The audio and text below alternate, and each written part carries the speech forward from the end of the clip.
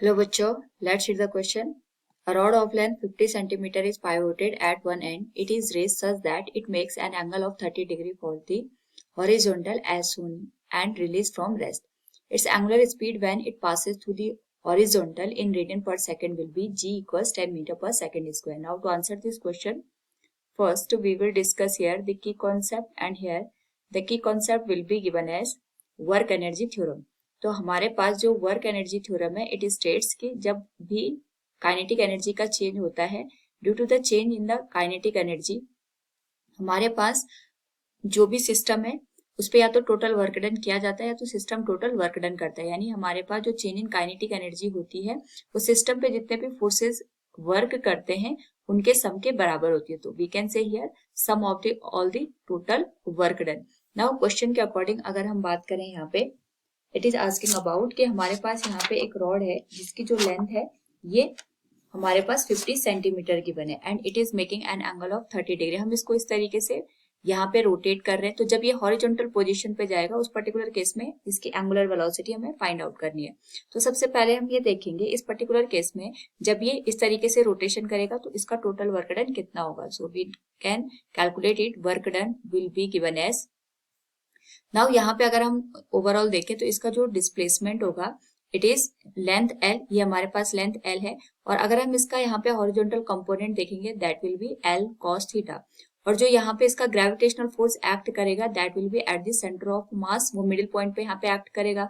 तो यानी अगर हम इसको सेंटर ऑफ मास के पॉइंट ऑफ व्यू से देखें तो जो सेंटर ऑफ मास है ये जो हमारे पास यहाँ पे टोटल लेंथ कवर करेगा या फिर उसकी जो हाइट होगी इस पर्टिकुलर केस में, उसी हाइट की वजह से इसके बाद जो पोटेंशियल एनर्जी होगी that will be equal to the work done. यानी हमारे पास यहाँ पे जो हाइट का डिफरेंस आएगा इसको हम इस तरीके से भी देख सकते हैं कि यहाँ पे जो फोर्स है ग्रेविटेशनल फोर्स mg एक्ट कर रहा है एंड इसका जो डिस्प्लेसमेंट होगा that will be equal to L cos theta. ये हमने यहाँ पे एल कॉस थीटा इस पूरी लेंथ के रिस्पेक्ट में लिया है, लेकिन अगर हम यहाँ पे सेंटर ऑफ मास की बात करेंगे तो इसके मिड पॉइंट पे ये सेंटर ऑफ मास आएगा that will be L by to cos theta. तो यहाँ पे हमारे पास जो ये लेंथ निकल के आएगी that will be equal to the जो इसकी टोटल यहाँ पे हाइट है, जो हाइट निकल के आएगी अगर हम इसके करस्पॉन्डिंग यहाँ पे वर्क डन निकालें that will be equal to force into displacement, और फोर्स यहाँ पे इसके ग्रेविटेशनल वेट के बराबर लग रहा है यानी mg के बराबर, और यहाँ पे जो इसका डिस्प्लेसमेंट होगा that will be equal to the H. अगर हम बात करें यहाँ पे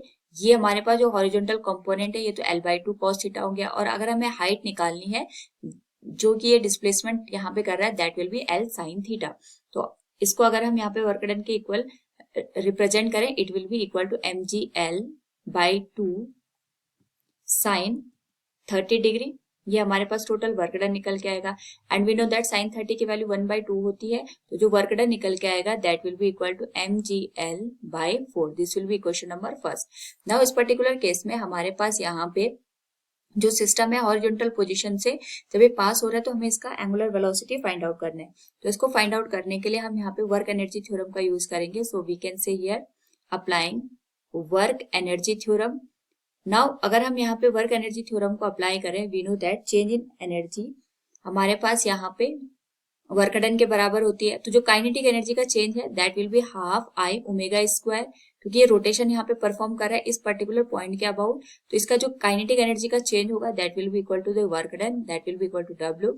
और यहाँ पे क्योंकि हम जो भी सेंटर ऑफ मास को कंसिडर करेंगे या फिर जो इसका मोमेंट ऑफ इनर्जी हम यहाँ पे कैलकुलेट करेंगे ये हमारे पास एक्सिस ऑफ रोटेशन है, इसके रिस्पेक्ट में जो रॉड का यहाँ पे मोमेंट ऑफ इनर्जी निकल के आएगा that will be equal to m into L square by 3 के बराबर।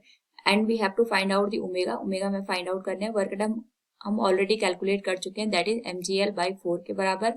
नाउ सॉल्व करें, m से m कैंसिल हो जाएगा यहाँ पे and this will become L square से एल का एक टर्म कैंसिल हो जाएगा, ये बन जाएगा 3 2 जा 6। ओमेगा स्क्वायर की जो वैल्यू निकल के आएगी that will be equal to the 3g divided by twice of l, और यहाँ से ओमेगा की जो वैल्यू आएगी that will be 3g divided by 2l। Now अगर हम वैल्यू पुट कर दें तो हमारे पास जो वैल्यू बनेगी we can calculate it will become omega equals square root of 3 into G की वैल्यू आएगी 10 मीटर पर second square divided by twice of length 50 centimetre है, 50 सेंटीमीटर को हम यहाँ पे 0.5 मीटर के बराबर लिख सकते हैं। So it will B multiplied with 0.5 और यहाँ से सॉल्व करने पे हमारे जो पास जो वैल्यू बनेगी that will be square root of 30 radian per second. This will be the final answer. So from the option we can say here option B will be the right answer. Hopefully understood it. Thank you and best of luck.